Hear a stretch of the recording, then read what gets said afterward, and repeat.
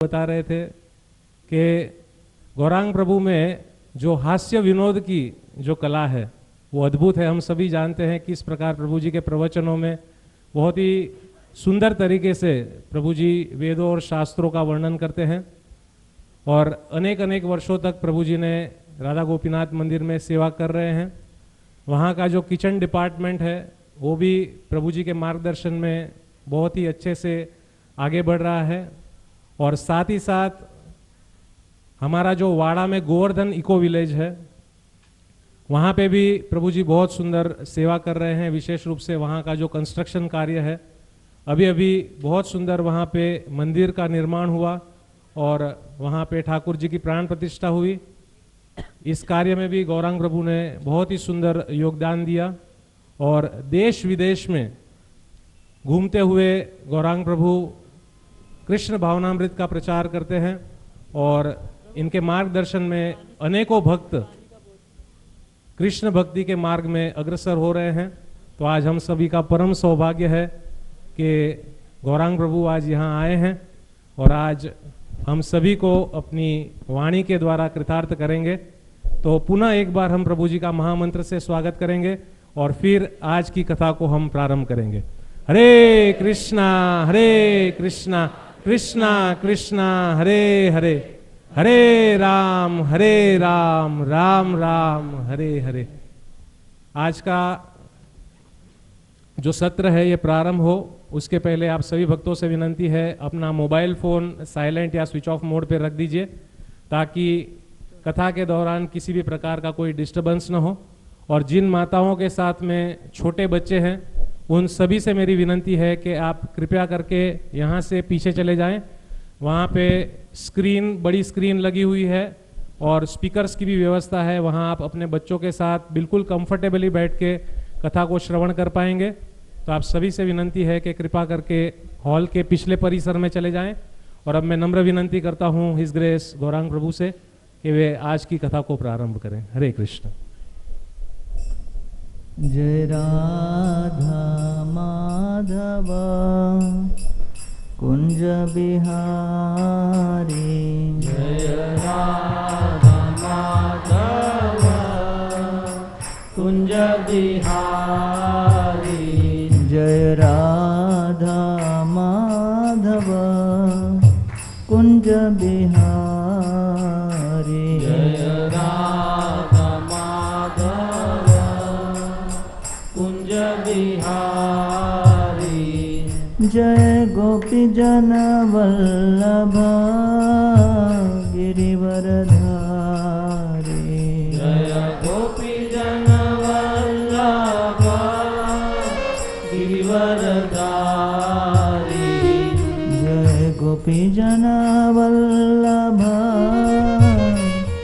गिरिवरधारी, जय गोपी जन वल्लभ गिरिवरधारी, यशोदानंदन ब्रज जनरंजन, यशोदानंदन व्रज जनरंजन, यशोदानंदन ब्रज जनरंजन, यशोदानंदन व्रज जनरंजन, यमुना तीरावनचारी, यमुना तीरावनचारी, यमुना तीरावनचारी, यमुना तीरावनचारी,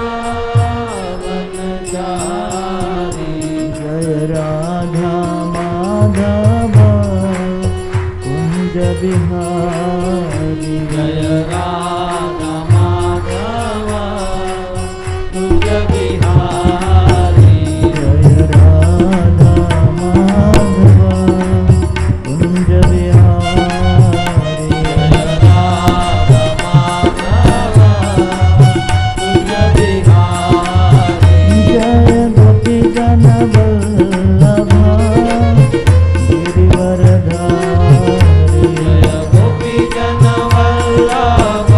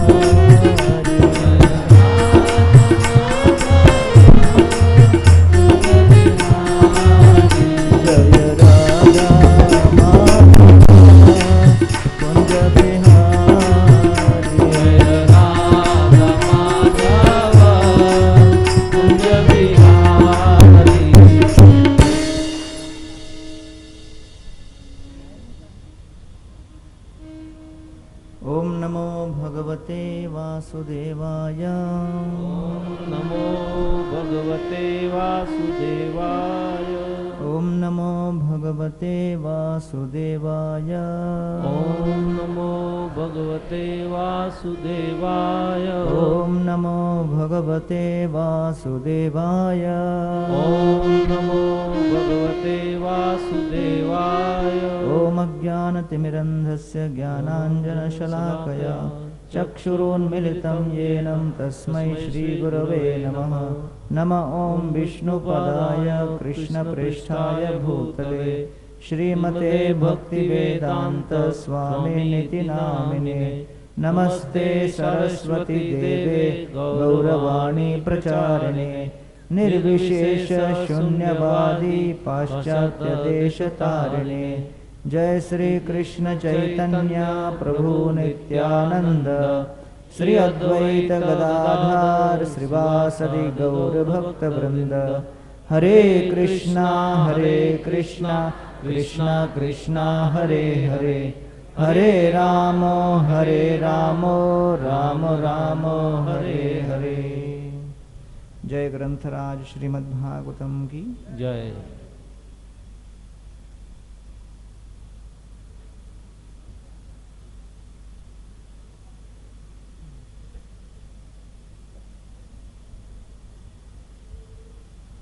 हरे कृष्ण। हरे कृष्ण। तो सर्वप्रथम मैं लाल गोविंद प्रभु और यहाँ उपस्थित सभी भक्तों को भूरी भूरी धन्यवाद देना चाहता हूँ कि आज के इस कथा में मुझे निमंत्रण दिया। श्रीमद् भागवत के पीयूष रस का कुछ आस्वादन करने का अवसर आपने हमें दिया। सुनकर बहुत आनंद हुआ कि पिछले लगभग 12 वर्षों से प्रतिवर्ष ये सत्र यहाँ इसी स्थान पर नियमित रूप से होता चला रहा है। आपको इस विषय में बहुत बहुत बधाई देना चाहता हूँ, क्योंकि कलयुग में किसी भी कार्य को बनाए रखना, आध्यात्मिक कार्य को बनाए रखना बहुत कठिन है। तो आज मैं संक्षेप में इस्कॉन का मिशन क्या है और गृहस्थ जीवन में लोग उसे अपने जीवन में किस तरह उतार सकते हैं, क्योंकि मैंने कार्ड में अभी हाल ही में पढ़ा कि वो गृहस्थ सेमिनार करके उसमें वर्णन आया था। तो श्रीमद् भागवत के तृतीय स्कंद के एक श्लोक पर फिर मैं चर्चा करता हूँ। जनस्य कृष्णात् विमुखस्य दैवात् अधर्मशीलस्य सुदुःखितस्य अनुग्रहायैव चरन्ति नूनं भूतानि भव्यानि जनार्दनस्य। इस भौतिक जगत में लोग भगवान श्री कृष्ण से विमुख विविध प्रकार के इंद्र तृप्ति के कार्यों में लगे हैं। जनस्य कृष्णात् विमुखस्य दैवात् अधर्मशीलस्य, और अधर्म को अपने जीवन में सर्वोपरि मानकर अश्लील, अपवित्र और फूहड़ बातों को अपने जीवन में महत्व देकर लोग अधोगति की ओर बढ़ते चले जा रहे हैं। इसका परिणाम यह है कि सुदुःखितस्य,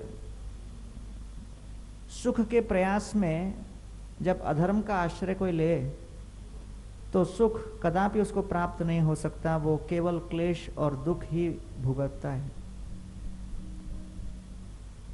जन सामान्य की इस पीड़ा को देखकर महात्मा गण अनुकंपित होकर उनका भला करने प्रयास करते हैं।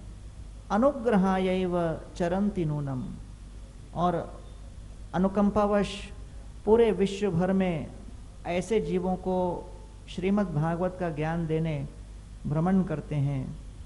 भूतानि भव्यानि जनार्दनस्य, उनका हृदय बड़ा ही उदार होता है। जैसे कोई भी सामान्य इस जगत का व्यक्ति अपने परिवार के सदस्य में अगर किसी को कोई चोट पहुंचे, कोई कष्ट में हो, तो अपनापन के कारण हम स्वाभाविक रूप से उसकी ओर सेवा का भाव व्यक्त करते हैं, सहायता करने का प्रयास करते हैं। अपनेपन का भाव हमारे अंदर होता है। सामान्य भौतिकवादी व्यक्ति संकुचित विचारधारा के कारण केवल अपने छोटे से परिवार में अपनी अनुकंपा व्यक्त करता है, लेकिन जनार्दनस्य, जो जनार्दन के भक्त हैं, जो भगवान श्री कृष्ण के भक्त हैं, क्योंकि वो भगवान श्री कृष्ण से जुड़े हुए हैं, परमपिता परमेश्वर कृष्ण को अपना स्वामी स्वीकार किया है, तो सभी जीव ममैवांशो जीवलोके जीव भूत सनातन, जो कि सारे जीव कृष्ण से संबंधित हैं, कृष्ण के ही पुत्र हैं, कृष्ण के साथ निकट का संबंध रखते हैं। इसलिए भगवान के भक्तगण सभी जीवों को अपना भाई मानकर उनके प्रति, उनके दुख, उनके कष्ट को देखकर उनके मन में ये विचार उत्पन्न होता है कि क्यों न हम इनको सुख प्रदान करें, इनकी सेवा करें।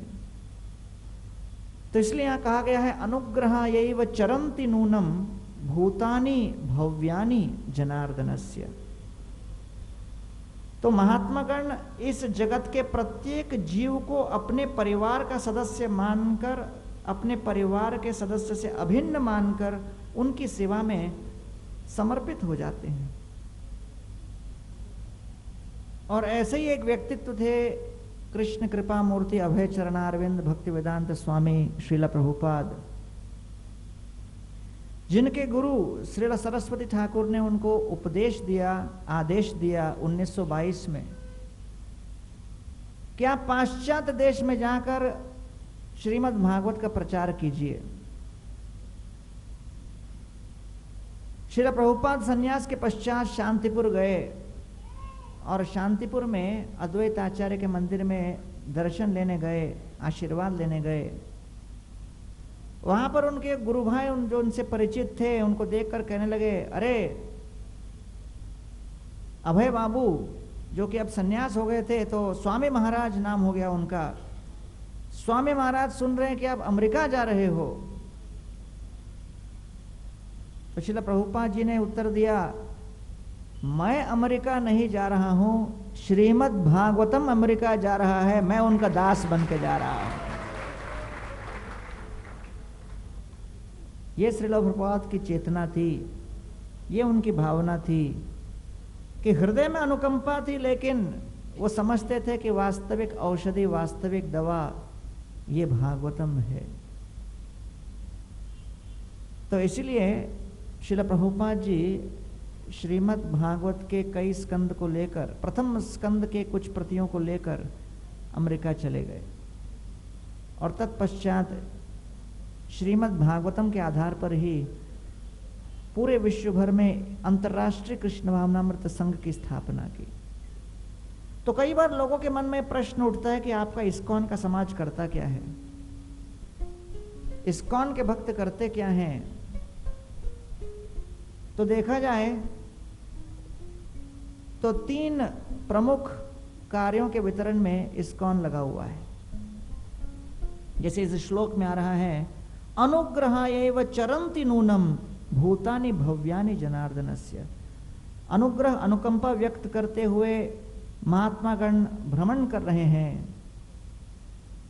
भ्रमण करते हुए कौन सी औषधि का वितरण कर रहे हैं, कौन सी दवा लोगों को पिला रहे हैं, कौन सी युक्ति सुलझा रहे हैं, कौन सा मंत्र, कौन सा यंत्र जिसके माध्यम से लोगों के जीवन का कष्ट दूर हो रहा हो। आज के अर्वाचीन मानव समाज में जितना विज्ञापन देखो, उतने ही अलग अलग प्रकार की युक्तियां लोग सुलझा रहे हैं। इसलिए यहां पर बड़ा सुंदर बात बताया श्रील प्रभुपाद जी ने कि चाहे जीवन में कितनी भी समस्या क्यों न हो, समस्या का समाधान मूल रूप से श्री चैतन्य महाप्रभु ने 500 वर्ष पूर्व बतला दिया, और वो है हरिनाम संकीर्तन। हरे कृष्णा कृष्णा कृष्णा हरे हरे, हरे राम राम राम हरे। तो यह है प्रथम वस्तु जिसका वितरण इस्कॉन कर रहा है, वो है हरिनाम, ये महामंत्र का जाप, ये हरे कृष्ण महामंत्र, जिसके माध्यम से हृदय के अंदर स्थित सैकड़ों जन्मों से जो अनर्थों का पहाड़ पड़ा है वो विनष्ट हो सकता है। छठे स्कंद अजामिल प्रसंग में यह वर्णन आ रहा है कि अजामिल नाना प्रकार के पापाचार करने के पश्चात मृत्यु के निकट भगवान नारायण का नाम लेकर केवल उच्च स्वर में निस्सहाय भाव से नारायण का नाम उच्चारण करने मात्र से महासंकट से बच गया। यमदूतों के पास से उसको मुक्ति मिली। विस्तृत प्रसंग आता है कि कैसे यमदूत और विष्णुदूतों के बीच में वार्तालाप हुई, उसके परिणाम स्वरूप विष्णुदूत विजयी हुए। इतिहास में प्रथम बार यमदूत पराजित हुए। यमदूत भी बड़े विस्मित हो गए कि ये कौन लोग हैं जिन्होंने हमको पराजित कर दिया। और तत्पश्चात अजामिल हरिद्वार जाकर भगवान के नामों को रटकर भगवान के चरणों का स्मरण करके भगवत धाम प्राप्त कर गए।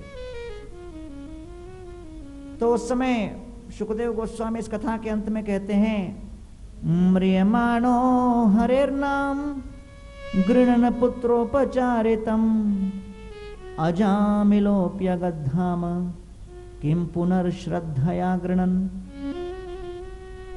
इस कथा की फलस्तुति करते हुए कहते हैं कि देखिए, अजामिल के प्रसंग में अजामिल, उनके अंदर 4 अयोग्यताएं थीं, लेकिन इन 4 अयोग्यताओं के होते हुए भी अजामिल भगवत धाम को प्राप्त कर गए। तो कैमुतिक न्याय का इसमें प्रयोग किया गया है। म्रियमाणो हरेर नाम, अर्थात अजामिल मृत्यु के निकट मरणासन अवस्था में निस्सहाय भाव में भगवान के नाम को पुकारे। ऐसा नहीं कि अजामिल नियमित रूप से भगवान का नाम श्रद्धा पूर्वक लेते थे। केवल मृत्यु के क्षण भर में जिसने भगवान का नाम लिया उसको इतनी सद्गति प्राप्त हो गई। तो विचार कीजिए, जो जीवन पर्यंत नियमित रूप से 16 माला करते हुए भगवान का नाम लेगा तो उसकी सद्गति क्यों नहीं होगी।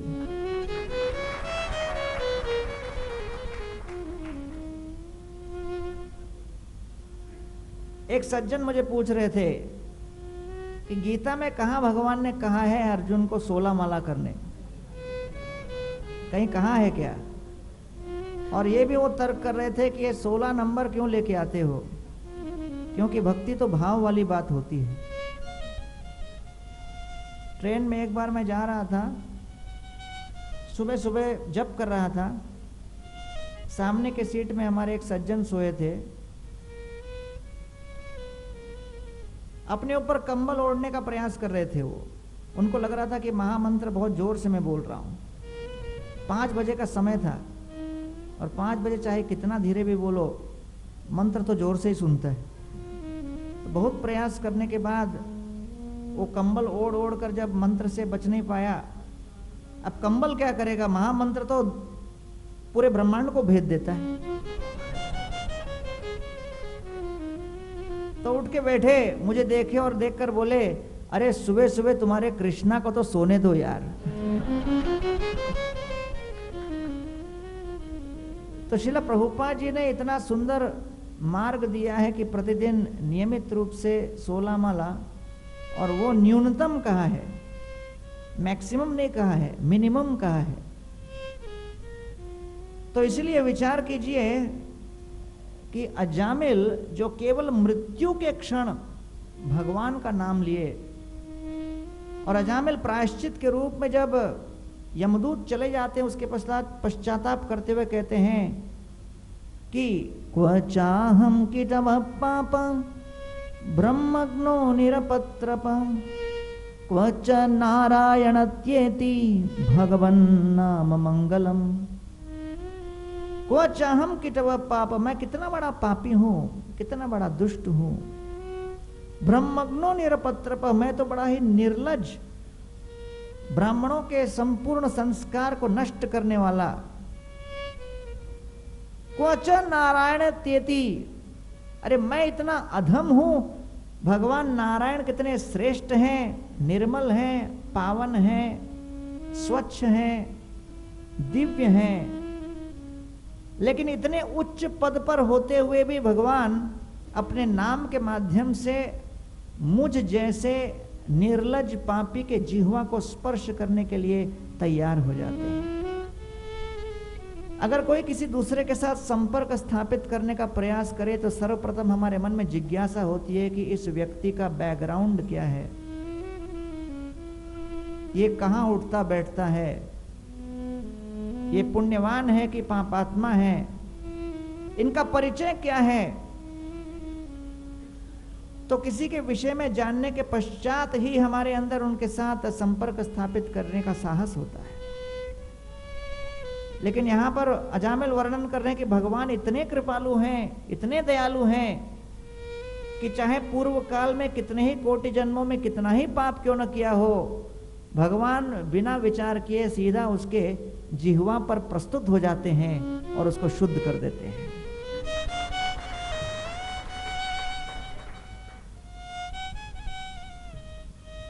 विभीषण रावण के भाई थे, लेकिन राम के बहुत बड़े भक्त थे।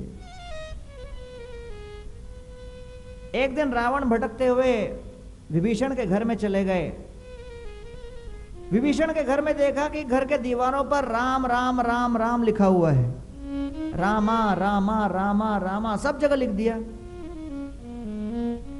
इसको देखकर रावण बड़ा क्रोधित हो गया, कहने लगा विभीषण को, अरे बड़े निर्लज हो तुम, जानते नहीं कि मेरा सबसे बड़ा शत्रु कौन है? मेरा सबसे बड़ा शत्रु राम है और उसका नाम तुमने यहां लिखने का दुस्साहस कैसे किया? अरे जान प्यारी नहीं है क्या? तो विभीषण उनको देख के बोले, अरे चिंता मत करो भैया, इतना क्रोधित मत हो जाओ, आप जो सोच रहे हो वो नहीं है ये। रावण फिर देखे, बोले रामा रामा तो लिखा है, क्या है ये फिर? तो विभीषण बोले, ये रा का मतलब है रावणा और मां का मतलब है मांडोदरी, दोनों को जोड़ के बन गया है रामा रामा।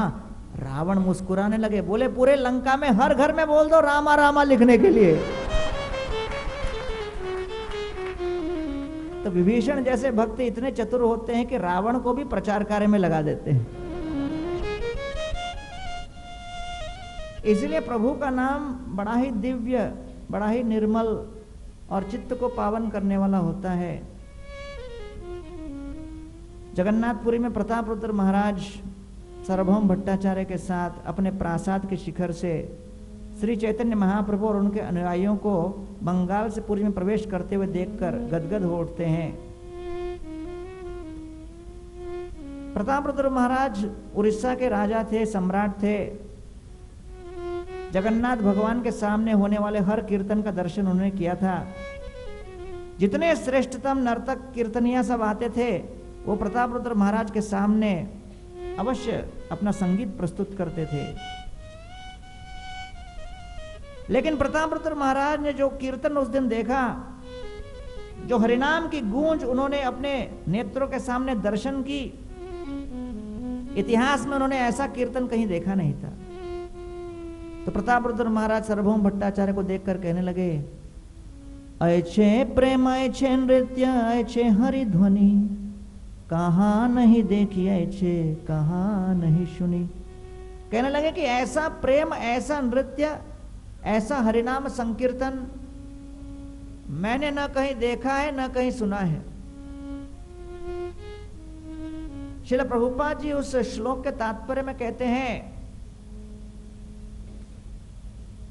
कि प्रतापरुद्र महाराज को श्री चैतन्य महाप्रभु और उनके भक्तों का यह कीर्तन इतना प्रभावशाली क्यों लगा?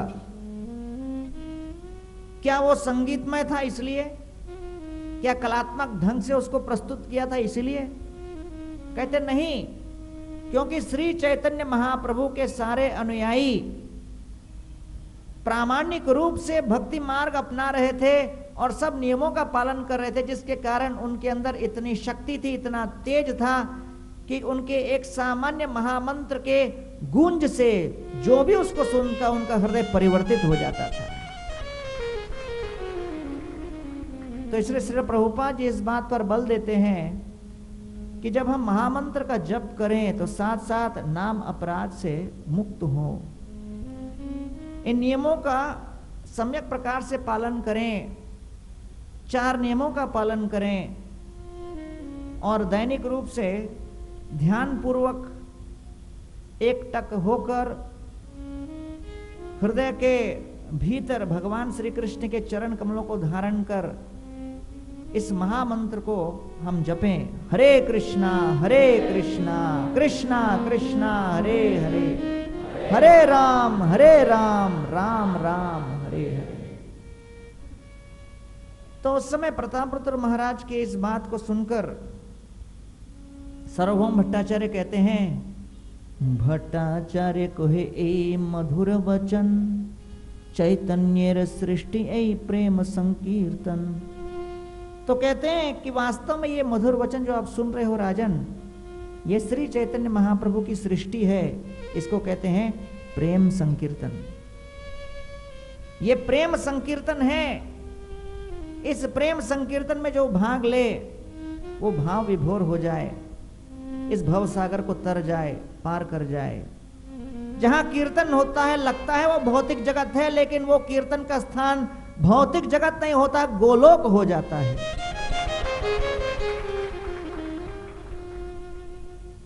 तो फिर वो कहते हैं, कोली काले धर्म कृष्ण नाम संकीर्तन, सही तो सुमेध आर कोलिहत जन।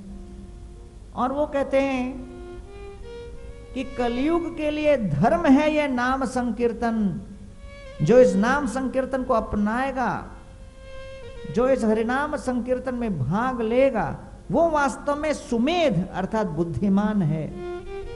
और दूसरे जो इस हरिनाम को पालन नहीं करेंगे, ऐसे व्यक्ति को कलयुग के विषधर भुजंग डंक मार मार कर समाप्त कर देंगे।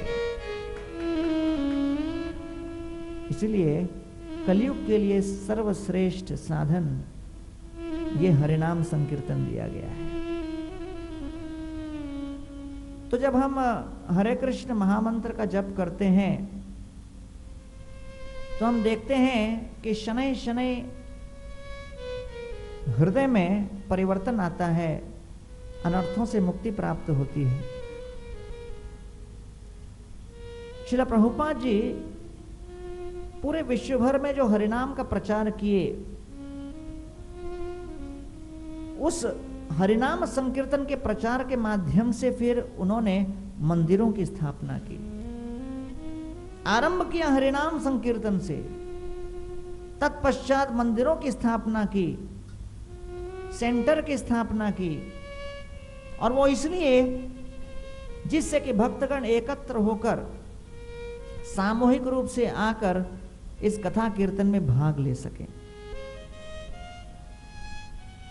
इसलिए श्रील प्रभुपाद जी अपने इस्कॉन की आधारशिला हरिनाम संकीर्तन को बनाकर चलाए।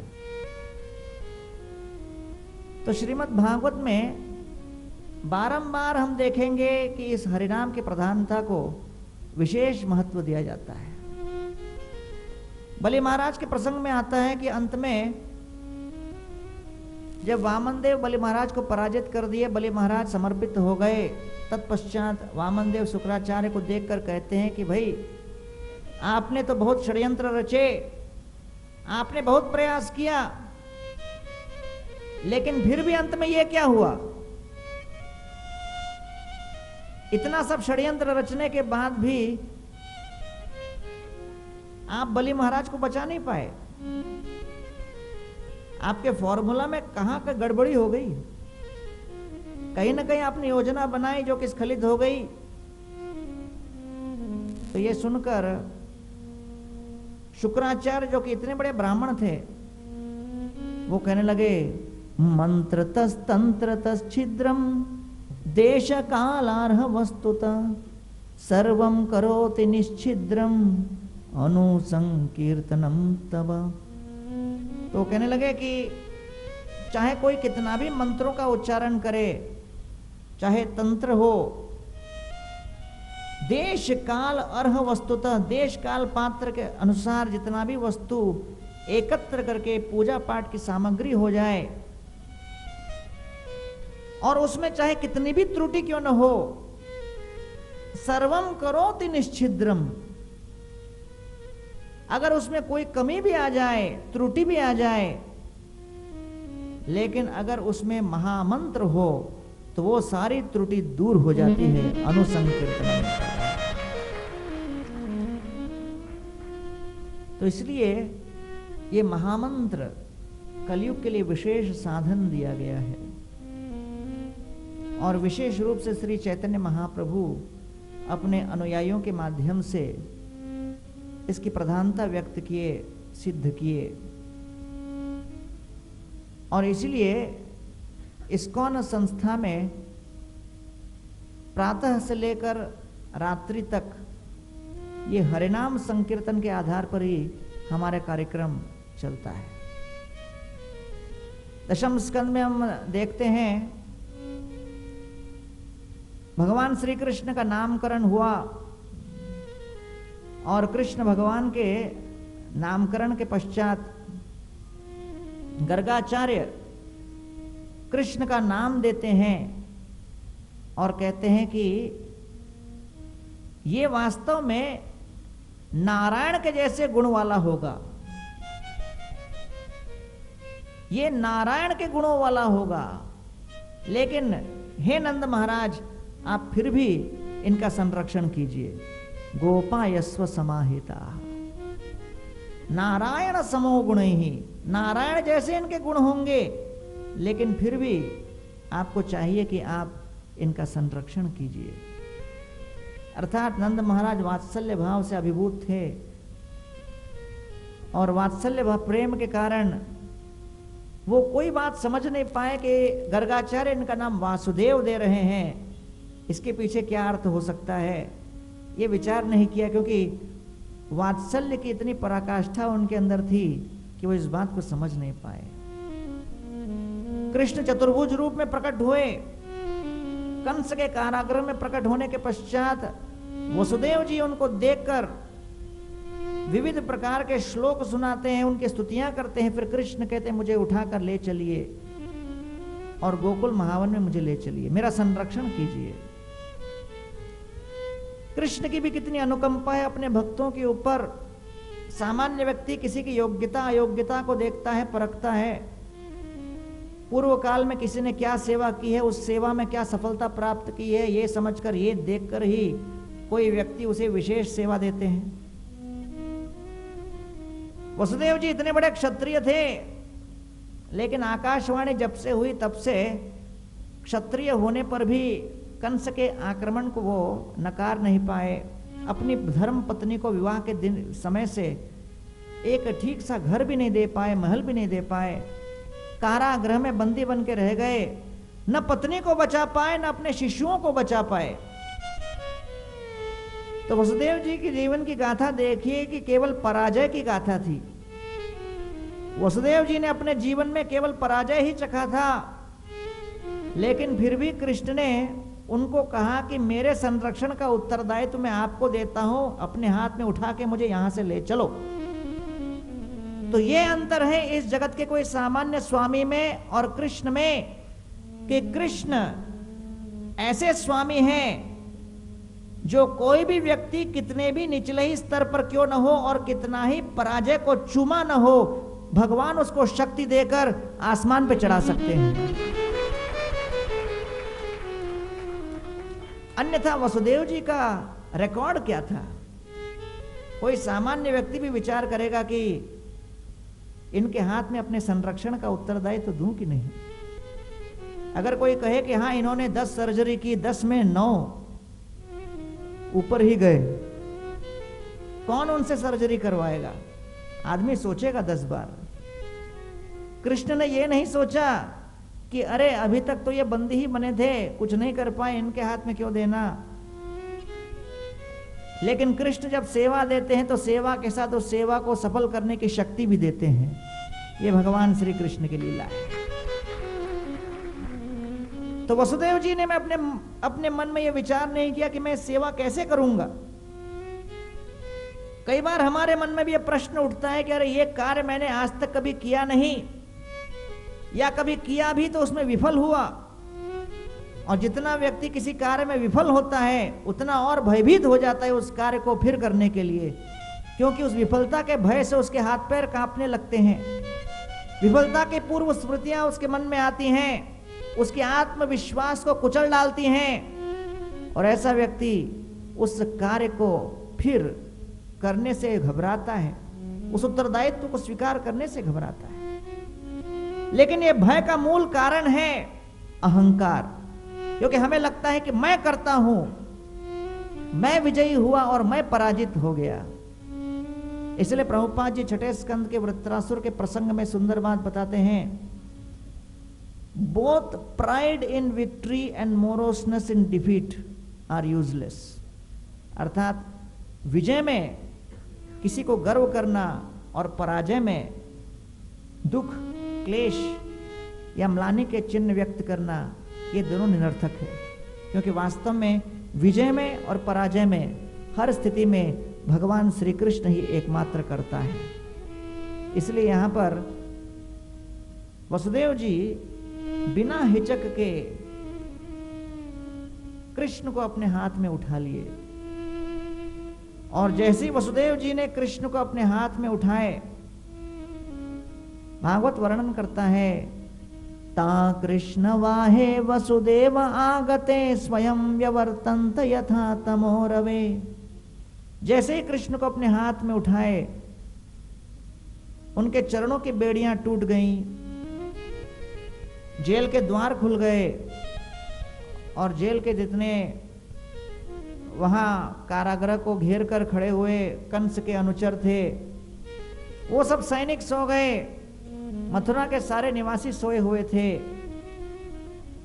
और देखते ही देखते वसुदेव जी का मार्ग प्रशस्त हो गया। ताह कृष्ण वाहे वसुदेव आगते।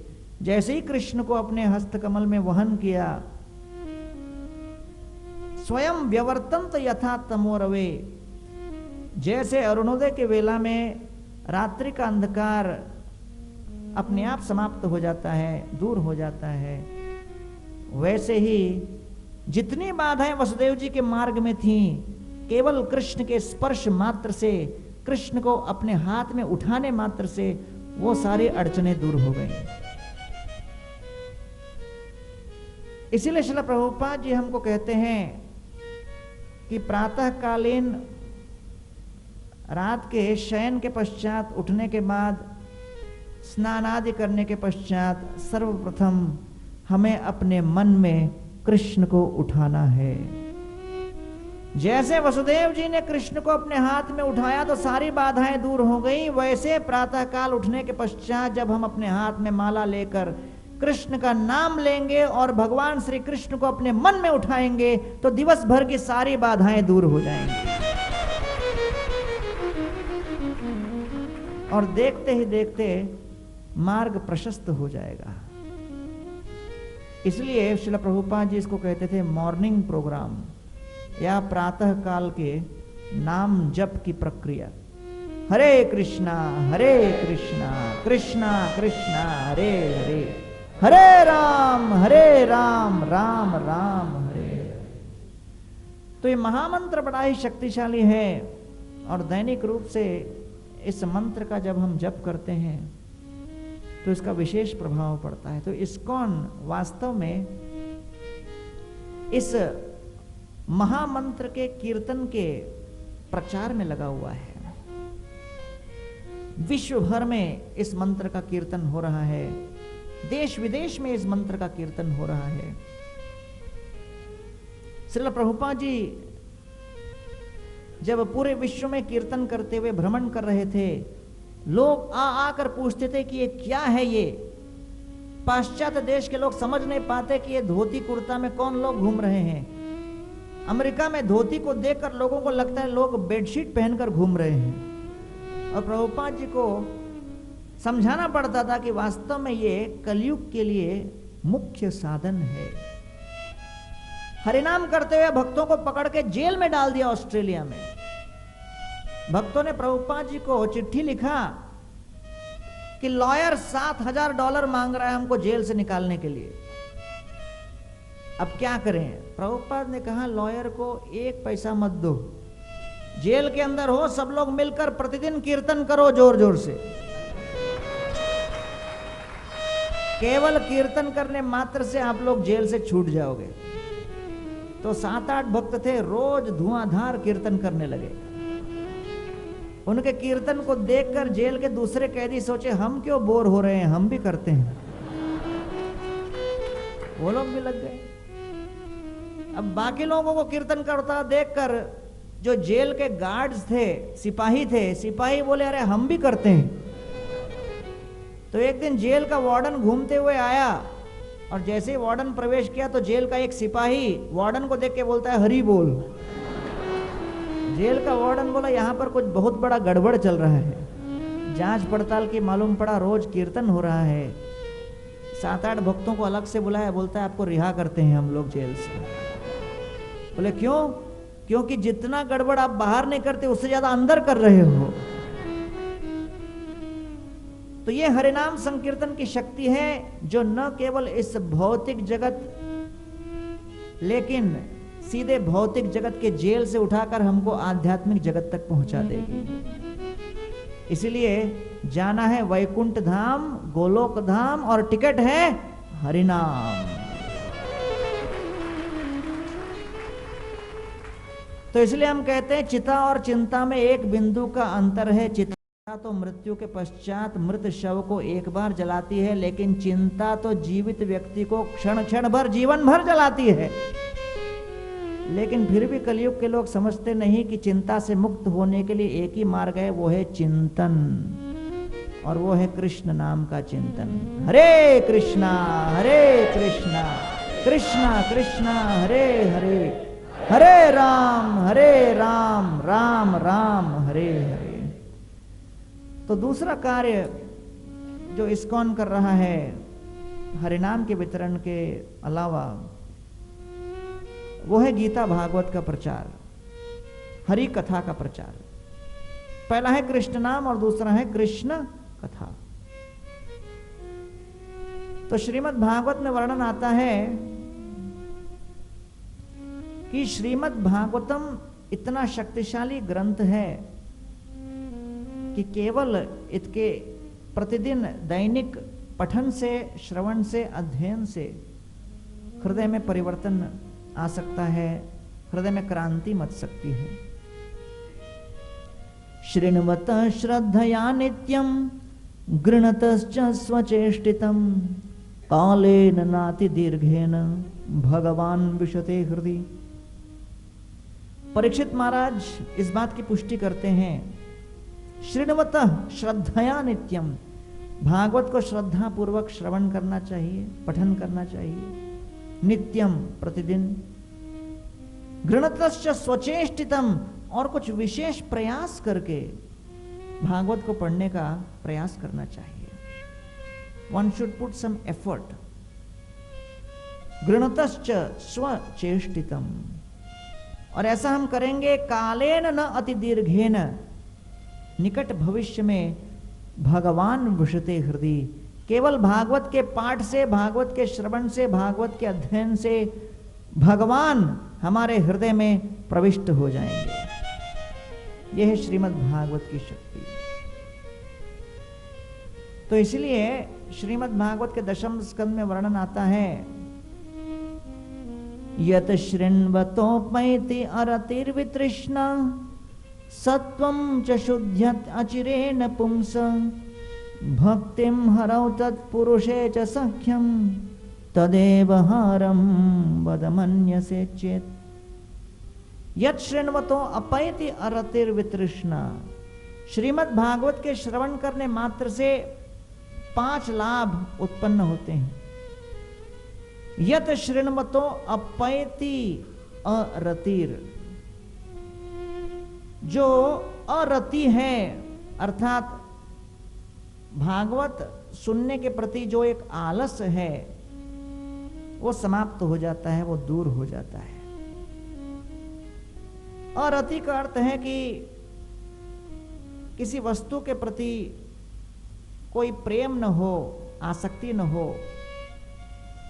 तो भागवत सुनने में कई बार आदत नहीं होती, आरंभ के दिनों में नींद भी आती है, व्यक्ति परेशान भी होता है और लगता है कि ये कथा मैं कैसे सुनूंगा, ये किताब मैं कैसे पढ़ूंगा। कई बार लोगों के घरों में मैं जाता हूँ और मैं कहता हूँ कि मुझे प्रथम स्कंद या दूसरा स्कंद दो, आज का लेक्चर देना है आपके घर पर। तो भागवत का नया नया सेट निकालते हैं और उसका बक्सा खोलने लगते हैं और सामने प्लास्टिक कवर से निकालते हैं। तो मैं पूछता हूँ कब खरीदा था? वो कहते अरे याद नहीं आ रहा, लेकिन हमारा बेटा जब छोटा था तब। तो हमने कहा इतने साल से भागवत खोला ही नहीं? बोला बस आप ही की प्रतीक्षा में हम लोग रुके थे। तो अरतिर का अर्थ है कि हमारा भागवत के प्रति कई बार रुचि नहीं होती और कई बार लोगों को लगता है कि ये हमारे समझ में भी नहीं आता है कि नहीं। तो इसलिए जब नियमित रूप से उसका सेवन करेंगे तब वो अरतिर दू होगी, अपैति अरतिर, एक टेस्ट उत्पन्न होगा। जिस व्यंजन को खाने की आदत नहीं होती वो नियमित रूप से खाने के पश्चात ही उसमें एक टेस्ट उत्पन्न होता है, उसको कहते हैं अरतिर।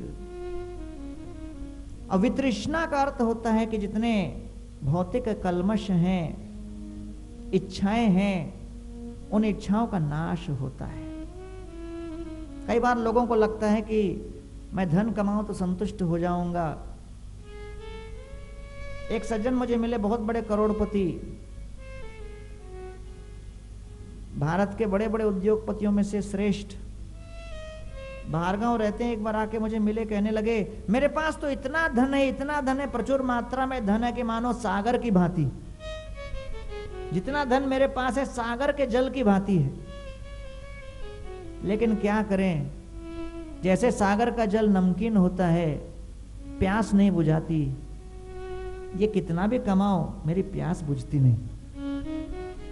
लेकिन प्रभु मैं देखता हूं कि आप ये महामंत्र करते हो और हरे कृष्ण से लगे हो, लगता है आपके पास कुएं का जल है जो गहरा भी है और मीठा भी है। अपने कुएं के जल के कुछ बूंद मुझे दे दो।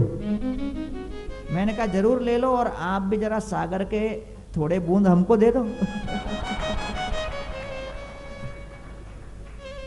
पता नहीं क्या हुआ, वो बोलने के बाद 6 महीने तक वो दिखे ही नहीं मुझे, शायद घबरा गए।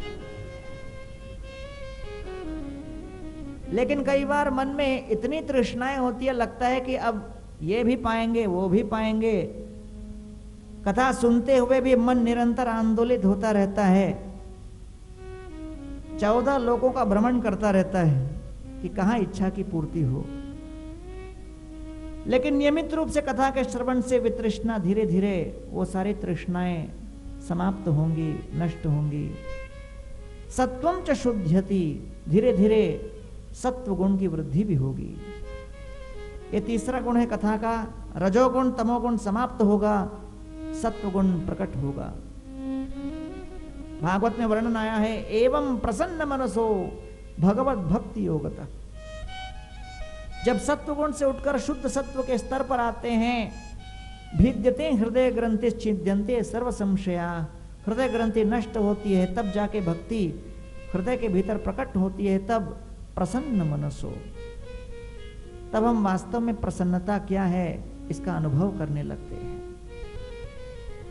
तो इसलिए सत्व गुण की वृद्धि होती है। जो हृदय में स्पर्धात्मक भाव है वो धीरे धीरे नष्ट होता है। जो अहंकार निरंतर हृदय के भीतर से हमें इस जगत का श्रेष्ठतम व्यक्ति बनाने के लिए प्रोत्साहित करता है, वो अहंकार नष्ट होने लगता है।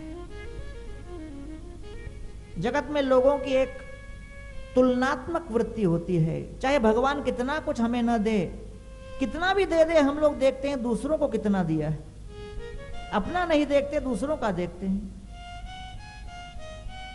जैसे अभी परिचय में उन्होंने बताया कि मैं किचन और प्रसादम के साथ बहुत निकट का संबंध रखता हूं, तो कई बार बड़े बड़े पंगत में जब प्रसाद वितरण होता रहता है, लोग अपने प्लेट में क्या गिर रहा है देखते नहीं, आगे वाले प्लेट में क्या गिर रहा है वो देखते हैं। कई बार मुड़ मुड़ के पीछे के प्लेट में क्या गिरा है वो देखते हैं और कहते हैं हमको वो नहीं मिला, वो लाओ। अरे जो मिल गया उसको तो देखो। मुंबई के साउथ बॉम्बे साइड में एक होटल है जिसका नाम है होटल प्रेसिडेंट। 5 स्टार होटल है, बड़े बड़े लोग जाते हैं, हजारों का बिल आएगा जाओगे तो। एक रोटी का ऑर्डर तो 200 रुपए का आएगा, रेट देखकर पेट भर जाएगा। उस होटल के ठीक बाहर एक व्यक्ति ने अपना वड़ा पाव का स्टॉल लगाया, ठेला, और उसका नाम दे दिया होटल वाइस प्रेसिडेंट। और वो कह रहा था जो प्रेसिडेंट में न जा पाओ यहां आ जाओ। तो देखिए, समाज में रहते हैं, समाज में रहने वाले सभी निरंतर तुलना करते रहते हैं और इस तुलना के कारण सब परेशान रहते हैं। किसी को आदत ही नहीं ये देखने की कि भाई अपने पास क्या है, भगवान ने मुझे क्या दिया है। अरे पूरे सृष्टि में इतने लोग हैं जो वास्तव में सूर्य की किरण नहीं देख पाते क्योंकि नेत्र में शक्ति नहीं, अंधे हैं। महामंत्र के सुंदर कीर्तन को नहीं सुन सकते, नाम नहीं सुन सकते क्योंकि भगवान ने उनको कान से सुनने की शक्ति नहीं दी, हाथ नहीं दिए, पैर नहीं दिए, कैसे भयंकर भयंकर बीमारियां दी। भगवान ने हमको शक्ति दी है, ये शरीर दिया है, इंद्रियां दी हैं। स्वस्थ व्यक्ति सारी इंद्रियों से सुष्टु होने पर भी कथा में बैठकर सोचता रहता है मैं कमा क्यों नहीं रहा हूं। अरे कथा सुनने की शक्ति दी है, कीर्तन करने की शक्ति दी है, हर प्रकार से आपको भगवान की भक्ति करने की शक्ति दी है। और क्या चाहिए जीवन में? ये सोचिए कि कितने लोगों को वो सब नहीं मिला है। तो इसलिए सत्वम च शुद्ध्यति, जब हम सत्व गुण में आते हैं तो धीरे धीरे स्पर्धा की वृत्ति समाप्त होती है, नष्ट होती है। हम अपनी स्थिति से संतुष्ट रहते हैं, समझ जाते हैं कि भगवान ने मुझे ऐसे ही दिया है, ऐसे ही बनाया है, ये सब मेरे लिए अनुकूल है। सत्वम च शुद्ध्यति अचिरेण पुंसः भक्तिम हरौ। और चौथी बात, कथा के श्रवण से भगवान के चरणों के प्रति भक्ति उत्पन्न होती है। भक्तिम हरौ तत्पुरुषे च सख्यम। और पांचवा, भक्तों के प्रति मैत्रीपूर्ण व्यवहार उत्पन्न होता है। पुरुषे च सख्यम, भक्तों के प्रति हम सखा भाव व्यक्त करने लगते हैं, दोस्ती मैत्री उत्पन्न होती है। जब भक्तगण मिलकर कथा सुनते हैं, आपसी कलह स्वाभाविक रूप से नष्ट होता है और प्रेम बढ़ जाता है। ये केवल श्रीमद् भागवत कथा के श्रवण का लाभ है। भक्तिम हरौ च पुरुषे च सख्यम तदेव हारम वदमन्यसे चेत्। परीक्षित महाराज कहते हैं, हे प्रभु, मैं निरंतर ऐसे श्रीमद् भागवत की कथा को अपने गले में वरमाला के रूप में निरंतर धारण करूं, निरंतर क्षण क्षण में कथा में रमा रहूं, कथा के सागर में डूबा रहूं, कथा के पीयूष रस का निरंतर मैं चखता रहूं, उसको आस्वादन करता रहूं, यही मैं आपसे प्रार्थना करता हूं। इस प्रकार आगंतुक मृत्यु की प्रतीक्षा करते हुए भूतपूर्व सम्राट महाराज परीक्षित वैराग्य चूड़ामणि सुखदेव गोस्वामी के चरणों में नतमस्तक होकर ऐसी प्रार्थना कर रहे हैं। उनका हृदय श्रीमद् भागवत कथा के श्रवण के लिए इतना लालायित है। अरे 3 दिन में किसी व्यक्ति की मृत्यु होने वाली है, 10म स्कंद चल रहा है, और महाराज परीक्षित सुखदेव गोस्वामी को कहते हैं, वयम धन्य तमालोके गुरोपि क्षत्र बांधव वयम पिबामो मुहुस्त्वत् पुण्यम कृष्ण कथामृतम। वो कह रहे हैं कि हम परम सौभाग्यशाली हैं। तो भागवत में 3 प्रकार के भाग्य का वर्णन आता है। भाग्यशाली, परम भाग्यशाली और परम परम भाग्यशाली। Fortunate, more fortunate and most fortunate. तो सर्वप्रथम प्रश्न उठता है कि जिस व्यक्ति के 3 दिन में मृत्यु होने वाली है, वो भाग्य की श्रेणी में कहां है? सामाजिक स्तर पर देखा जाए, सामाजिक मापदंड से तोला जाए तो कहेगा कि ये तो दुर्भाग्यशाली है। मृत्यु जिसके द्वार पर खड़ी है, वो कहां सौभाग्य की बात कर सकता है? तो यहां महाराज परीक्षित कह रहे हैं, वयम धन्यतमा लोके। अरे हम तो परम परम सौभाग्यशाली हैं। देखिए, सामाजिक स्तर पर जो सौभाग्य की और भाग्य की परिभाषा हम सुनते हैं, भागवत उस परिभाषा को समाप्त करके हमें वास्तविक आध्यात्मिक दृष्टिकोण से भाग्य क्या है यह प्रकट करा रहा है। पूर्व संचित कितने ही भ्रामक तत्वों को छोड़कर, त्याग कर, श्रीमद् भागवत वास्तविक गोलोक धाम के तत्व को हमारे समक्ष प्रस्तुत कर रहा है। सामाजिक दृष्टि से देखा जाए तो मृत्यु आना अर्थात दुर्भाग्य की बात। यहां पर मृत्यु के द्वार पर खड़े परीक्षित करें, वयम धन्यतमा लोके। हम सौभाग्यशाली हैं, परम परम सौभाग्यशाली हैं। क्यों? क्योंकि सौभाग्यशाली व्यक्ति वो है जिसने अपने जीवन में उचित मार्गदर्शन प्राप्त करने वाले गुरु को प्राप्त किया हो। परम सौभाग्यशाली वो हैं जिनको ऐसे मार्गदर्शक गुरु के मुखारविंद से श्रीमद् भागवत के पीयूष रस का आस्वादन करने का अवसर मिले। वो परम सौभाग्यशाली है। और परम परम सौभाग्यशाली वो हैं जो ऐसे मार्गदर्शक गुरु के मुखारविंद से बारंबार कथा सुनते रहे। तो मैं समझता हूं कि श्रील प्रभुपाद की कृपा से इस्कॉन के सभी भक्त परम परम सौभाग्यशाली हैं, क्योंकि मंदिरों में सुबह शाम कथा चलती रहती है। और प्रभुपाद जी की कृपा से इस्कॉन के भक्त हर शहर में, हर गांव में, पूरे विश्व में, ब्रह्मांड भर में भ्रमण करते करते कथा का पीयूष रस वितरित करते रहते हैं। ये वास्तव में परम परम सौभाग्य है। बाकी जीवन में जितना भी मुनाफा हो, घाटा हो, वो सब भागवत की दृष्टि से कोई मायने नहीं रखता। भागवत की दृष्टि से यही है कि आपको कथा बारंबार सुनने का अवसर मिले, ये परम परम सौभाग्य है। बाकी सब एक्स्ट्रा है, उसका चिंतन भी मत करो, न चिंता भी करो। एक बार मैं किसी सज्जन को गीता दिखा रहा था, वो मेरे को कहता है, ये गीता फ्री में है क्या? मैंने कहा नहीं जी, 70 रुपए में है। वो कहता है, कृष्ण ने अर्जुन को गीता फ्री में सुनाई, आप 70 रुपए क्यों ले रहे हो? मैंने कहा सर, ये गीता सुनाई कुरुक्षेत्र में, ये बंबई है, 70 रुपए ट्रांसपोर्ट चार्ज है।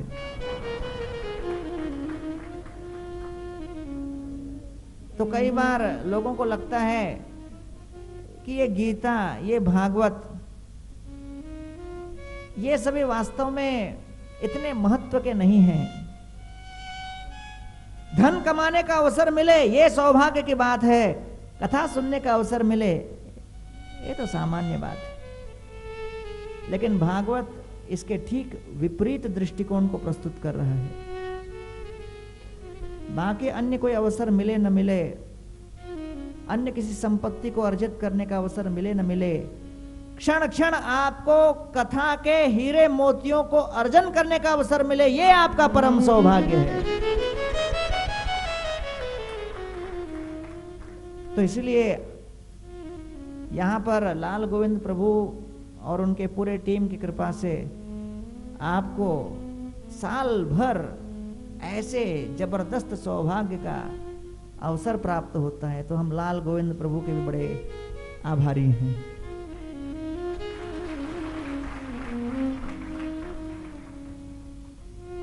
तो ये दो बातें तो इस्कॉन अवश्य वितरित करने में लगी हुई है, कीर्तन हरिनाम और हरि कथा, कृष्ण नाम और कृष्ण कथा।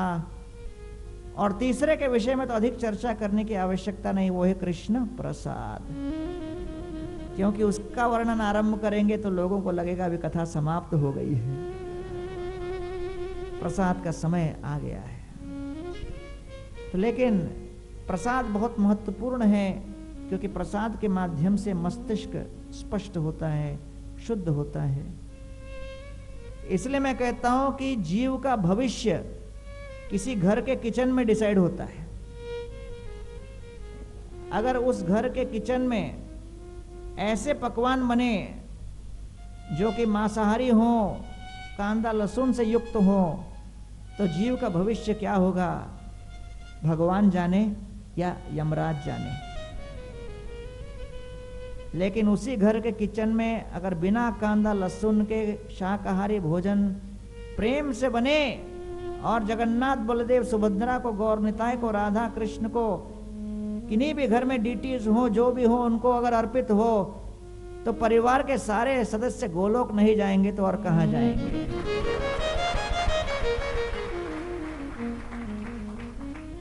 तो इसलिए श्रील प्रभुपाद जी ने विश्व भर में कृष्ण प्रसाद वितरण का कार्यक्रम आरंभ किया। हर मंदिर में कृष्ण प्रसाद वितरित होता है और लाखों की संख्या में पूरे भारत भर में स्कूल के बच्चों को भी प्रसाद का वितरण होता है। उनको पता है नहीं पता है, लेकिन प्रसाद पा रहे हैं वो लोग श्रील प्रभुपाद जी की कृपा से। तो ये इस्कॉन का संक्षेप में एक मूल परिचय है। ऐसी एक संस्था है जो श्रील प्रभुपाद जी ने आरंभ की, जो पूरे विश्व को कृष्ण नाम, कृष्ण कथा और कृष्ण प्रसाद के माध्यम से परिवर्तित करने का प्रयास कर रही है। सब जीवों के हृदय में जो अनर्थ के बादल हैं, उनको कृष्ण के सूर्य के माध्यम से छटाने का प्रयास कर रही है। तो हम श्रील प्रभुपाद के आभारी हैं कि उनके कृपा से आज हमें सत्संग का लाभ प्राप्त हुआ। बंबई में रहने वाले जितने भक्त हैं, जितने लोग हैं, उनका कितना सौभाग्य है कि बंबई के किसी कोने में रहो, कई कई मंदिर आपको मिलेंगे। खारघर में मंदिर है, मीरा रोड में मंदिर है, जुहू में मंदिर है, चौपाटी में मंदिर है, और छोटे छोटे सत्संग और सेंटर पूरे बंबई भर में फैले हुए हैं, चाहे वो कॉलेज के हों या कांग्रेगेशन के हों। और लाल गोविंद प्रभु के प्रेरणा में अब चारकोप में इतना बड़ा सेंटर चल रहा है, और जिस तरह कार्य वहां चल रहा है, वो सेंटर भविष्य में, निकट भविष्य में बहुत बड़ा मंदिर बन जाएगा।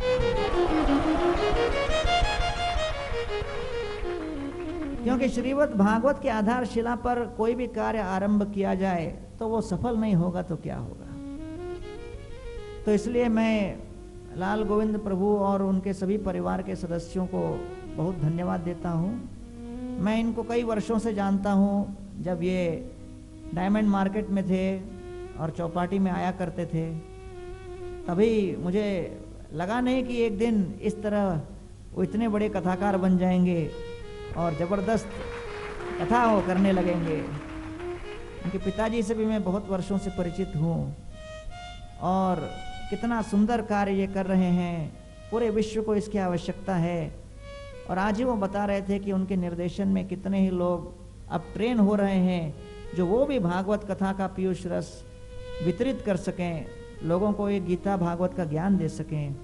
इसकी इस संसार को बहुत आवश्यकता है। सरस्वती ठाकुर ने प्रभुपाद को ये कहा, पूरे विश्व में अगर कोई अकाल है तो वो कृष्ण कथा की ही अकाल है, और बाकी सब प्रचुर मात्रा में है। कृष्ण कथा से ही हम इस विश्व को बदल सकते हैं, कीर्तन के माध्यम से कुछ कर सकते हैं। तो मैं लाल गोविंद प्रभु और उनके पूरे टीम के जितने भी सदस्य हैं, मैं सबसे परिचित तो नहीं हूँ, लेकिन उन सभी को मैं हार्दिक अभिवादन करता हूँ। और अपने हृदय से श्री श्री राधा गोपीनाथ जी, श्री श्री राधा गिरधारी जी, राधा रास बिहारी जी, राधा मदन मोहन जी, सभी के चरणों में प्रार्थना समर्पित करता हूँ कि आप सभी का ये श्रीमद् भागवत के संदेश का वितरण का प्रयास दिन दूनी रात चौगुनी बढ़ती चली जाए और पूरे विश्व को भागवत रस में डुबो दे। इन शब्दों के साथ मैं कथा को यहीं विराम देता हूँ। बहुत बहुत धन्यवाद। हरे कृष्णा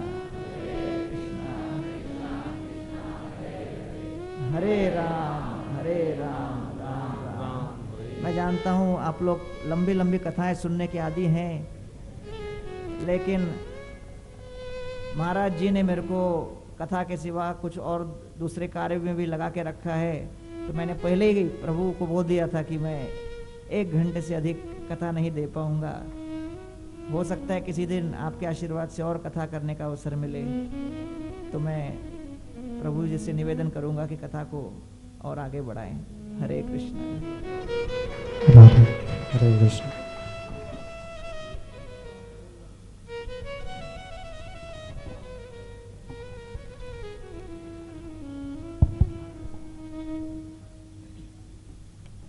हरे कृष्णा कृष्णा हरे राम तो बहुत सुंदर गौरांग प्रभु ने इस्कॉन संस्था का सार कुछ ही शब्दों में प्रस्तुत किया, जो हमारे हृदय को छू गया। गौरांग प्रभु परम पूज्य राधानाथ स्वामी के अनन्यतम शिष्य हैं और इनका बहुत बड़ा परिचय है जो मैं आपको बाद में दूंगा। सर्वप्रथम इनका धन्यवाद करते हैं महामंत्र से। हरे कृष्णा कृष्णा कृष्णा हरे हरे, हरे राम राम हरे। मैं यहाँ पर कुछ बोलूँ इससे पहले मैं निवेदन करना चाहता हूँ, हमारे शिष्य राधा गिरधारी मंदिर के वरिष्ठ भक्त परम पूज्य लोकाध्यक्ष प्रभु को कृपया करके मंच पर आए। ये भी आज प्रथम बार आए हैं, तो आए हुए भक्तों को संबोधित करें। आइए इनका स्वागत करते हैं महामंत्र से। हरे कृष्णा कृष्णा कृष्णा हरे हरे, हरे राम।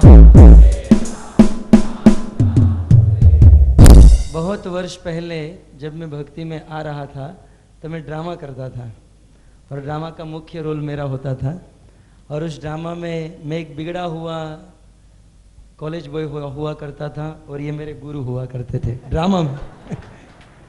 आज ओरिजिनल में बन गए। नमो विष्णुपादाय कृष्णप्रेष्ठाय भूतले श्रीमते भक्तिवेदांत स्वामी निति नामिने। नमस्ते सारस्वती देवे गौरवाणी प्रचारिणे निर्विशेष शून्यवादी पाश्चात्य देश तारिणे। जय श्री कृष्ण चैतन्य प्रभु नित्यानंद श्री अद्वैत गदाधर श्रीवासादि गौर भक्त वृंद। हरे कृष्णा कृष्णा कृष्णा हरे हरे, हरे राम राम राम हरे। ऐसे तो श्रीमान गौरांग महाप्रभु जो बैठे हैं, तो उनके सामने कुछ बोलना मुझे लज्जित जैसा महसूस हो रहा है प्रभु जी, लेकिन प्रभु जी की आज्ञा से कुछ 2 शब्द कहेंगे। प्रभु जी अभी बता रहे थे लाल गोविंद प्रभु के बारे में कि जब डायमंड में थे तो मैं इनको पहचानता था, जानता नहीं था कि वे एक दिन इतने बड़े कथाकार बनेंगे। लेकिन आपने ही इसके पहले बताया कि वसुदेव जी में इतना कोई सामर्थ्य नहीं था, वो खुद कारागृह में थे और कृष्ण ने किस प्रकार उनको अपनी सुरक्षा की उत्तरदायित्व दे दिया। तो कृष्ण का ये कृपा है। कृष्ण ऐसे हैं कि छोटे से छोटे व्यक्ति को भी बहुत ऊपर उठा सकते हैं। ये कृष्ण की कृपा है। यही जब मैं उनसे सुन रहा था तो ठीक जैसे वसुदेव जी में कोई सामर्थ्य नहीं था, खुद कारागृह में हैं और कारागृह से ले जाने का उत्तरदायित्व कृष्ण ने उनको सौंपा। वैसे प्रभुपाद जी के जीवन में भी हम देखें तो प्रभुपाद जी का जीवन आप देखिए, वे अपनी पत्नी तक को चाय नहीं छुड़ा पाए। बिजनेस में हर क्षेत्र में इतने सफल नहीं हुए, किसी कार्य में सफल नहीं हुए। लगभग 20 साल तक भारत में प्रयास किया, हमने सुना कि एक शिष्य बना पाए। अब और नहीं, उनके गुरु भाई भी ऐसा ही कहते थे कि अरे ये बात छोड़ दो, वृंदावन में रहकर भजन करो। हैं? वसुदेव जी को, कृष्ण को मथुरा से गोकुल ले जाना जितना कठिन था, मैं तो समझता हूं इतना ही कठिन प्रभुपाद जी के लिए भी कृष्ण को अमेरिका ले जाना था। लेकिन कृष्ण किससे क्या करवा देंगे ये वही जानते हैं। तो कृष्ण में यह कृष्ण की एक लीला गुण देखना चाहिए कि कृष्ण किस व्यक्ति को मुकुम करोति वाचालम पांगुम लंघयते गिरिम यद कृपा तदहम वंदे परमानंद माधवम। अगर उनकी कृपा हो तो कुछ भी संभव है। विशेषकर आज की कथा में प्रभु जी ने बहुत सुंदर भागवत की महिमा और उसके साथ साथ युग धर्म, हरिनाम संकीर्तन, हरिनाम जप पर बल दिया, जिसकी आवश्यकता है। जैसे अंत में प्रभु जी ने बताया कि आज समाज में भौतिकता की दृष्टि से सब वस्तुएं सब लोगों के पास है। टीवी सेट है, कंप्यूटर सेट है, कारों का भी सेट है, डायमंड ज्वेलरियों का भी सेट है, फिर भी हर व्यक्ति अपसेट है। तो उसको सेट करने के लिए आज जो समाज में आवश्यकता है वो भागवत की और भगवान के नाम की और भगवत प्रसाद की। जो तीन इस्कॉन का मिशन में ये तीन मुख्य बातें हैं, भगवत कथा, भगवान की कथा, भगवान का नाम और भगवान का प्रसाद। भगवान के नाम की महिमा हम सुनते रहते हैं। जब भगवान के नाम में इतना शक्ति है, हरि नाम संकीर्तन सर्व पाप प्रणाशनम, सभी पापों को नष्ट करने वाला है। अजामिल का प्रसंग प्रभु जी ने बताया कि कितने बड़े बड़े पाप, उसने कोई पाप ऐसा नहीं था। ब्राह्मण होकर वेश्या के गर्भ से संतान उत्पत्ति करना कितना बड़ा पाप है। लेकिन अनजान में, वो जानते भी नहीं थी कि मैं भगवान का नाम ले रहा हूं, और फिर भी वे भगवान के नाम से बच गए और भगवत धाम प्राप्त कर गए। तो भगवान के नाम की इतनी शक्ति है, तो फिर सब लोग क्यों इसको स्वीकार नहीं करते हैं? सब गुरु को यही प्रचार करना चाहिए, नाम ही देना चाहिए, सब फिर भिन्न भिन्नता क्यों है? हमारे एक आचार्य बताते हैं कि कुछ गुरु भी नहीं जानते हैं कि नाम की इतनी महिमा है। क्या कहा जाए? ये तो हमारे ऊपर प्रभुपाद जी की इतनी कृपा है इस विश्व पर कि नाम की महिमा को बताया। और कभी कभी हम अर्थवाद का आरोप करते हैं कि ये नाम की महिमा जो बताई जाती है ये तो ज्यादा की बात छोड़िए, जितनी है उतर का एक अंश भी हम नहीं व्याख्या कर सकते कि नाम की महिमा कितनी है। मुझे स्मरण हो रहा है, राजस्थान में महाराज राधा गोविंद महाराज की कथा चलती थी और वहाँ हम बहुत जप माला लाते थे। तो कथा में लगभग 7 दिन में 500 जप माला चली जाती थी। तो हमारे मन में शंका हुई कि महाराज ये 500 लोग जप माला लेते हैं, ये क्या जप करेंगे? तो महाराज ने कहा मैं भी जानता हूं कि वो जप नहीं करेंगे, लेकिन ले रहे हैं। और उस समय महाराज ने हमको 3 उदाहरण दिए कि जप करने से तो क्या उनका उद्धार होगा, वो तो ठीक है, लेकिन ये जप करने का संकल्प कर रहे हैं, मन में मनसा बना रहे हैं कि लाओ माला हम कल से जप चालू करेंगे। उसी समय चित्रगुप्त अपने सारे चौपड़े फाड़ देता है कि ये जप चालू करने वाला है। और ब्रह्मा जी आरती का प्लेट तैयार करने लगते हैं, ये कल से माला लिया है जप करेगा, तो अब आरती का प्लेट तैयार करो, क्योंकि वैकुंठ जाएगा तो हमारे ब्रह्मलोक से होकर जाएंगे, हम उसकी आरती उतारेंगे कि इसने संकल्प किया है हरि नाम लेने का। अभी तो संकल्प किया है, और हृदय में जो सारे पाप हैं उनको तो मूर्छा आने लगती है कि अरे बाप रे, अब हम कहां जाएं।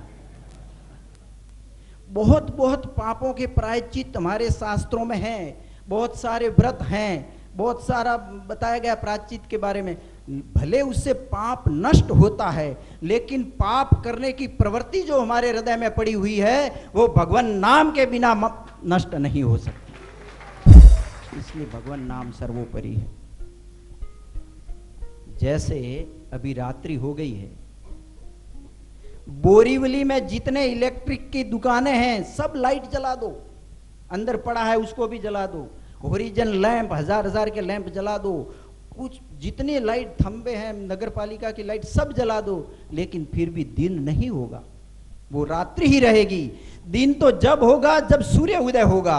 इसी प्रकार हमारा चित्त का जो शुद्धि है, भगवान के प्रति जो हमारा प्रेम प्रयोजन है, वो तो तभी शुद्ध साधक होगा जब हम भगवान के नाम के प्रति अपना रुचि दिखाएंगे। नाम में रति मति प्रीति होगी, तब हमारा प्रयोजन है वो सिद्ध होगा।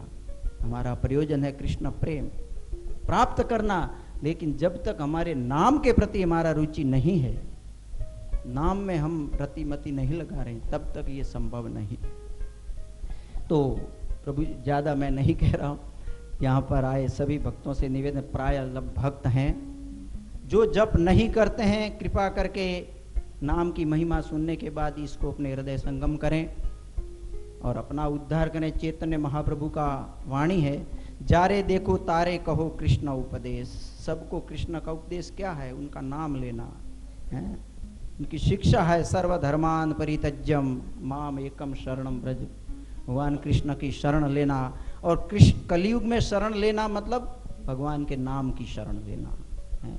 और कोई उपाय कलयुग में नहीं है, सारे रास्ते सारे दरवाजे बंद हो चुके हैं। प्राय मैं एक उदाहरण देता हूँ, भले दूसरे उपायों में वे शास्त्र युक्त उपाय हैं, लेकिन अब वे चलने वाले नहीं चलते। जैसे पहले के समय में युद्ध होता था तो धनुष बाण भाला गदा इससे युद्ध होता था। अब समझो पाकिस्तान के साथ युद्ध हो जाए और हमारे सैनिक गदा और भाला और लेकर जाएं तो क्या होगा? वो हैं, शस्त्र हैं, और उनसे बड़े बड़े युद्ध जीते गए, लेकिन अब जीतना संभव नहीं। अब तो परमाणु और अणु बम चाहिए। तो अब कलयुग में अगर हमको कलयुग के प्रभावों से बचना है तो ये हरिनाम जो है ये परमाणु बम जैसा है, इससे ही हम कलयुग को जीत सकते हैं। कलेर दोषो निधेर राजन अस्ति एक महागुणो कीर्तनादि देव कृष्णस्य मुक्त संग परम व्रजेत।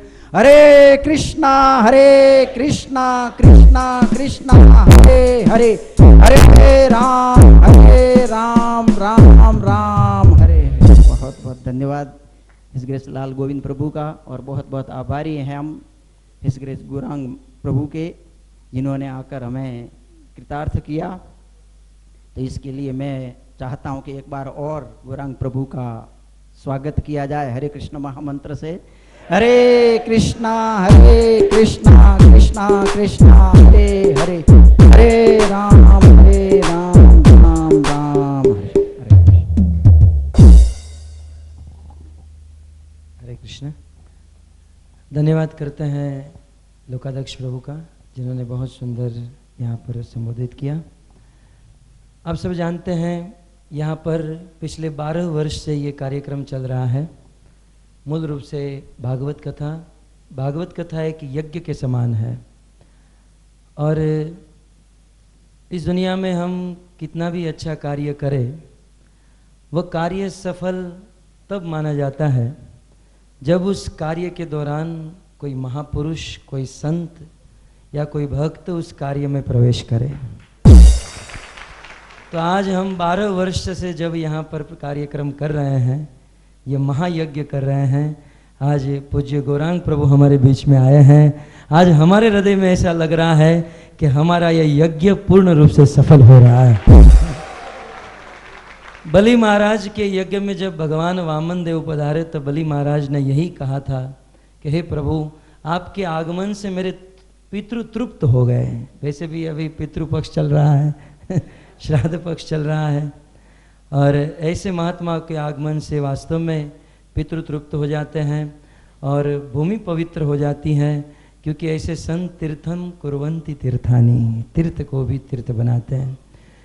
तो आप सब जानते हैं इस पूरे जगत में भगवान श्री कृष्ण की शुद्ध भक्ति का वास्तविक प्रचार करने वाली केवल एक ही संस्था है और वो है इस्कॉन, जो परम आदर्श संस्था है। उस इस्कॉन के अंदर आप प्रवेश करो, बहुत सारे सेंटर हैं, बहुत सारे मंदिर हैं। आज वर्तमान में इस्कॉन के सभी मंदिरों में आदर्श मंदिर यदि कोई है तो वह है श्री श्री राधा गोपीनाथ मंदिर है। हम तो भाई मानते हैं। और श्री श्री राधा गोपीनाथ मंदिर में विशेष रूप से राधानाथ स्वामी की बहुत बड़ी कृपा है और राधानाथ स्वामी के अनेक रत्न हैं, उनमें से एक रत्न है गौरांग प्रभु, जो वास्तव में कहा जाए सर्व कला विशारद हैं। इन्होंने अभी कहा कि इस्कॉन 3 चीज दे रहा है, एक तो हरिनाम, दूसरी कथा और तीसरा प्रसाद है। मैं इसी के अनुसार इनका इंट्रोडक्शन दूंगा। शास्त्र में ऐसा कहा गया है कि जब हम भगवान का नाम लेते हैं, भगवान का नाम लेते हैं तो भगवान हमारे अंतःकरण में प्रवेश हो जाते हैं और जैसे अंतःकरण में प्रवेश हो जाते हैं तो शरीर का तेज और प्रकाश बढ़ जाता है। प्रभु जी को देखकर ही लगता है कि भगवान अंतःकरण में प्रवेश हो चुके हैं, क्योंकि उनकी साधना, उनका महामंत्र जप बहुत तेज है। साथ ही साथ आप जानते हैं कि प्रभु जी बहुत सुंदर प्रवचन करते हैं। वैसे प्रभु जी बहुत सुंदर भागवत कथा भी जानते हैं, परंतु ये कार्य उन्होंने हम जैसे लोगों के लिए छोड़ दिया है।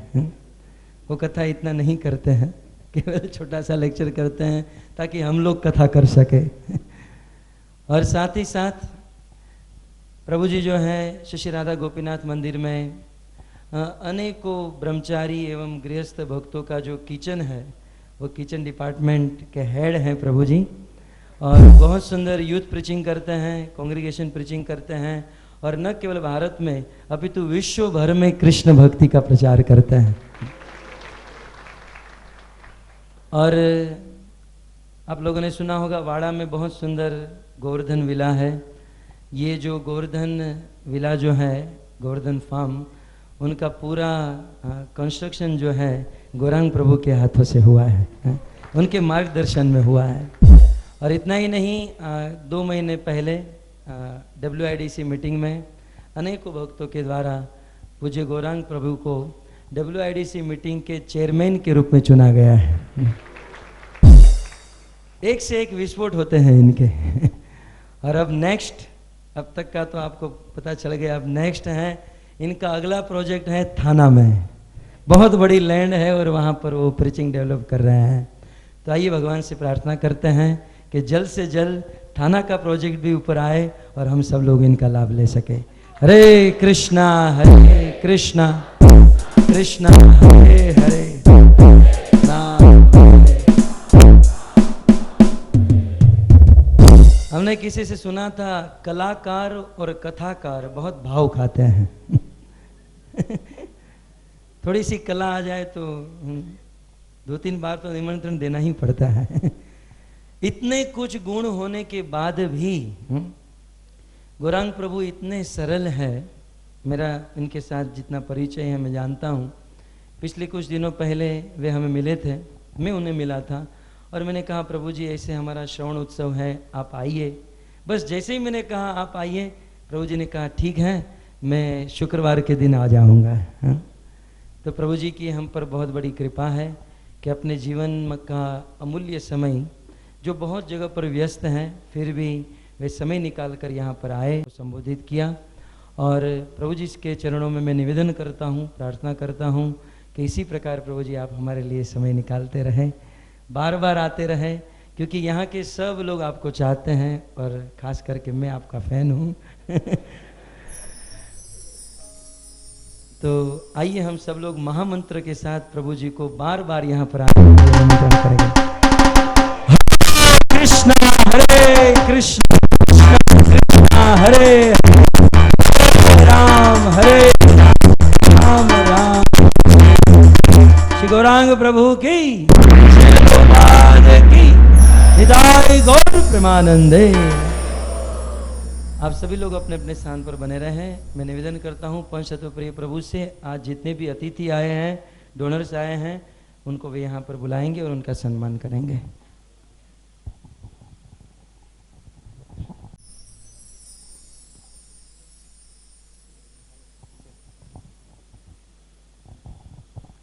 हरे कृष्णा कृष्णा कृष्णा हरे हरे, हरे राम राम राम हरे हरे।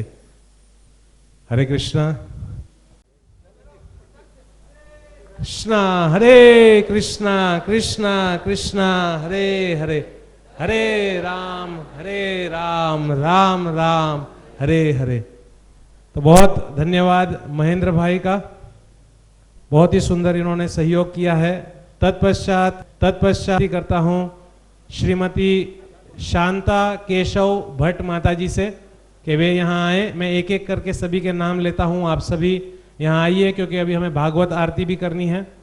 शांता केशव भट्ट माता जी, इन्होंने आज के आयोजन में बहुत सुंदर सेवा दी है। साथ ही साथ नरसिंह भानुशाली प्रभु, शैलेश सरवैया प्रभु, गिरीश पटोड़िया प्रभु, इन सभी भक्तों से मेरी विनंती है जिनका भी नाम मैं यहाँ पुकार रहा हूँ, एक एक करके सभी यहाँ आए और हिज ग्रेस लोकाध्यक्ष प्रभु के हस्त कमलों से पुष्पहार स्वीकार करें। आइए नरसिंह प्रभु, इनका स्वागत करेंगे हरे कृष्ण महामंत्र के द्वारा। हरे कृष्णा कृष्णा कृष्णा हरे हरे, हरे राम राम राम हरे हरे। मैं विनंती करता हूं शांता माता जी, गिरीश पाटोड़िया प्रभु, ठीक है, संदीप सहगल प्रभु से भी मेरी विनंती है कि यहाँ पे आए और स्वर्गीय धर्मशी भाई के स्मरणार्थ में मैं विनंती करता हूं श्रीमान कांजी भाई पटेल प्रभु से। कांजी भाई और पी भरत से आए हुए हमारे प्रिय मित्र भरत भाई से मेरी विनंती है कृपा करके यहाँ मंच पे आए। अरविंद भाई, अच्छा छोटे भाई आए हैं आज। अरविंद भाई से मेरी विनंती है कृपा करके यहाँ मंच पे आए और इनका भी हम स्वागत करेंगे महामंत्र के द्वारा। हरे कृष्णा कृष्णा कृष्णा हरे हरे, हरे राम राम हरे। आइए अरविंद भाई का भी यहाँ पे स्वागत है। सभी भक्तों से विनंती है भागवत आरती करके ही यहाँ आइए माता जी।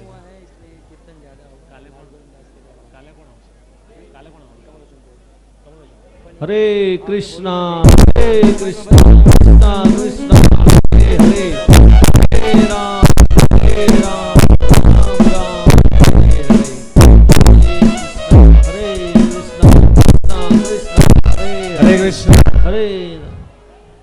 तो आप धर्म भक्ति विज्ञान महापुराण भागवत निर्मल